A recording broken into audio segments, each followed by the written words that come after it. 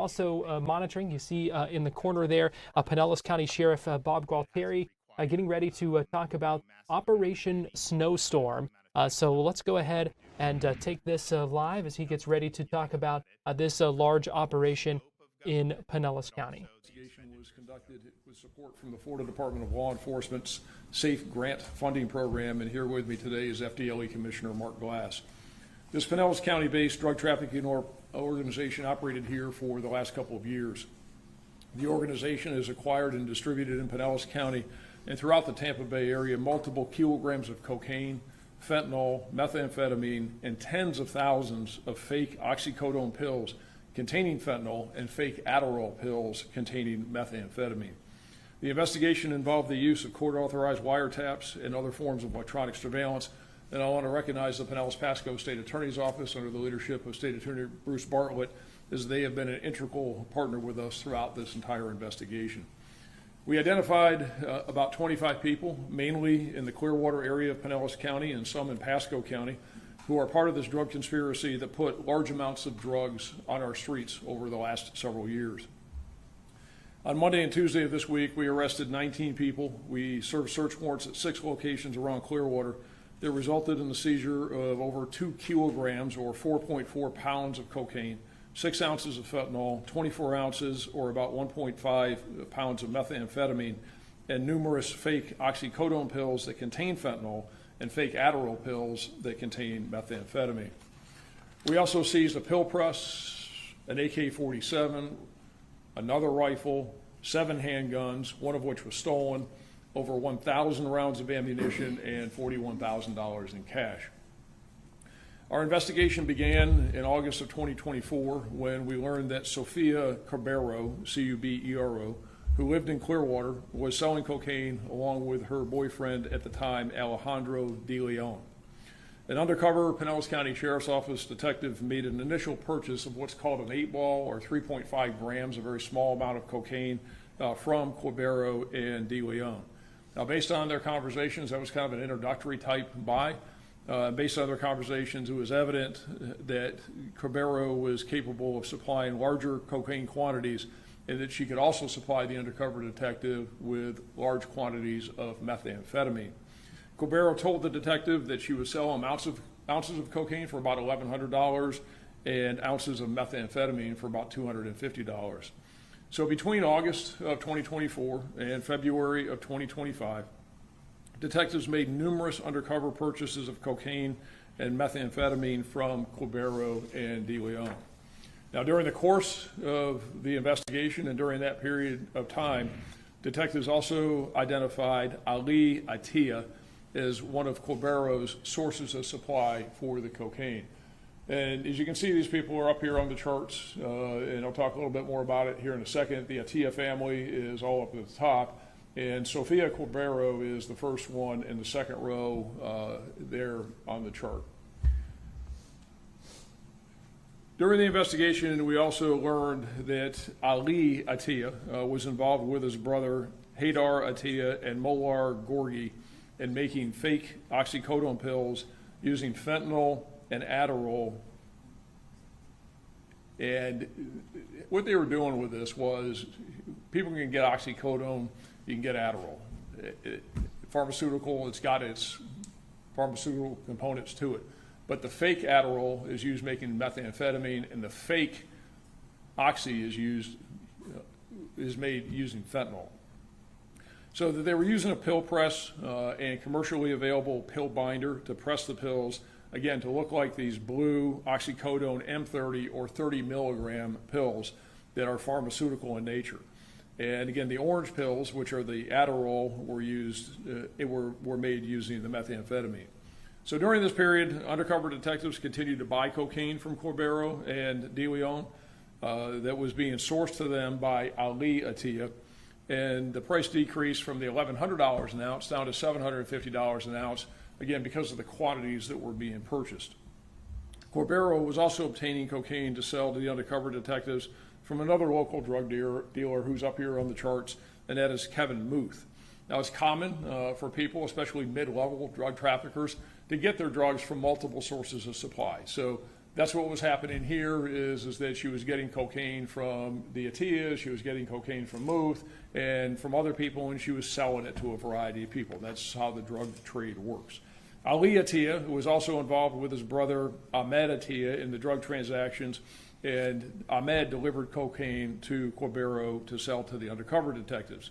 So what was becoming evident is that Ali Atia and Ahmed Atia were part of this Atia family drug distribution organization. The base of operations and the pill making involved fentanyl and methamphetamines was at the family residence at 15 North Fernwood Avenue in Clearwater, apartment number 13.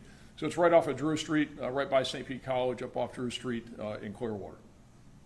So beginning in about December of 2024, undercover detectives began purchasing fake Oxycodone pills from Corbero, which again, she was getting from Ali Atia. Corbero initially sold the pills for about $20 each, and the quantities of the pills increased, the price decreased. The price eventually decreased down to about $9 a pill that detectives were paying for the fake Oxys and Adderall. During the same time, Corbero was also selling ounces of straight methamphetamine to the undercover detectives. So what became obvious by early 2024 is that this entire Atia family, the people here at the top, which included the mother, Alam Rahim, the father, and I'm going to spell his first name, Tawfiq, and the last name is Almalkli, and the brothers, Ali Atia, Ahmed Atia, Haydar Atia, and Saif Atia, were operating this large-scale drug trafficking organization from this home on Fernwood Avenue in Clearwater.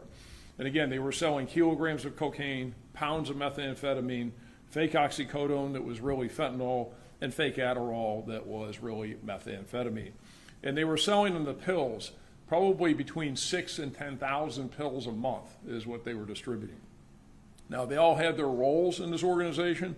Alam Rahim was kind of the chief executive officer, the CEO. She handled the business matters of the organization, told people what to do, and kind of was the ringleader or the orchestrator of it and directed their activities. Saif, who's up there at the top, and about the, looks like the fifth one over from the left as you're looking at the chart, is that he was the pill guy. He had the recipe for putting the pills together and pressing the pills.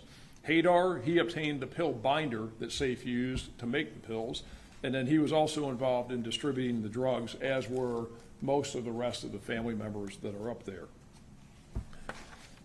The Atia family sold their drugs to, again, various mid-level drug traffickers who would sell them to others, including our undercover detectives.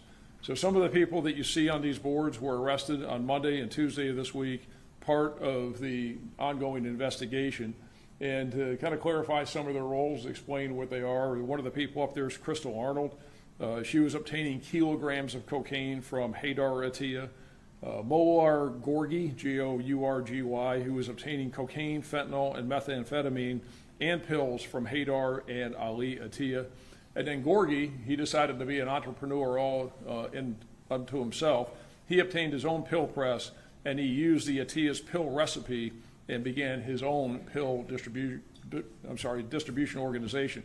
When we served search warrants at his home here in Largo off Ulmerton Road on Monday morning, he had numerous pills in a safe in his residence.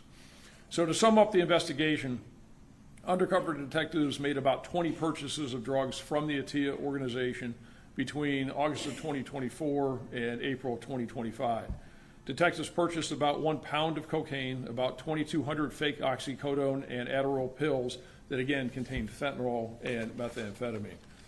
We arrested 19 people on Monday and Tuesday on 113 different drug charges, ranging from armed drug trafficking to simple possession of the drugs. Many of these people are facing minimum mandatory 25-year prison sentences in the Florida Department of Corrections. And with the exception of the parents, with the exception of Alam Rahim and Tawfiq Akamali, all of these people, every single one of them, have extensive criminal histories. They've been arrested multiple times before on drug trafficking charges, as well as many of them for being felons in possession of guns. And as you can see, we seized more guns, AR an AR-15 and handguns in this investigation today. And as they should, these people all face significant prison sentences, not just because of those prior arrests for the drug crimes where obviously they didn't learn their lesson, but because of the danger that they're placing others in by duping people into thinking that they're buying Oxycodone and Adderall when they're really buying fentanyl and methamphetamine. And as we know, fentanyl has caused the worst drug epidemic in the history of our country. It's 100 times more potent than morphine, 50 times more potent than heroin, and has literally caused the deaths of thousands of people across the United States. And that's why the Florida legislature has strengthened the penalties for fentanyl trafficking, and selling an ounce or more of fentanyl, in these cases, it's 4 grams or more, will result in a 25-year minimum mandatory sentence in state prison. And it's also the reason why the legislature and the state of Florida, through the Florida Department of Law Enforcement, has provided significant funding to local law enforcement agencies to conduct these investigations. And I'm going to turn it over now to FDLE Commissioner Mark Glass, who will talk more about the SAFE program and the state funding. That's the Pinellas County Sheriff talking about a large drug bust, 19 arrests, 113 total charges in that Operation Snowstorm that uncovered cocaine, fake pills from a large-scale drug operation.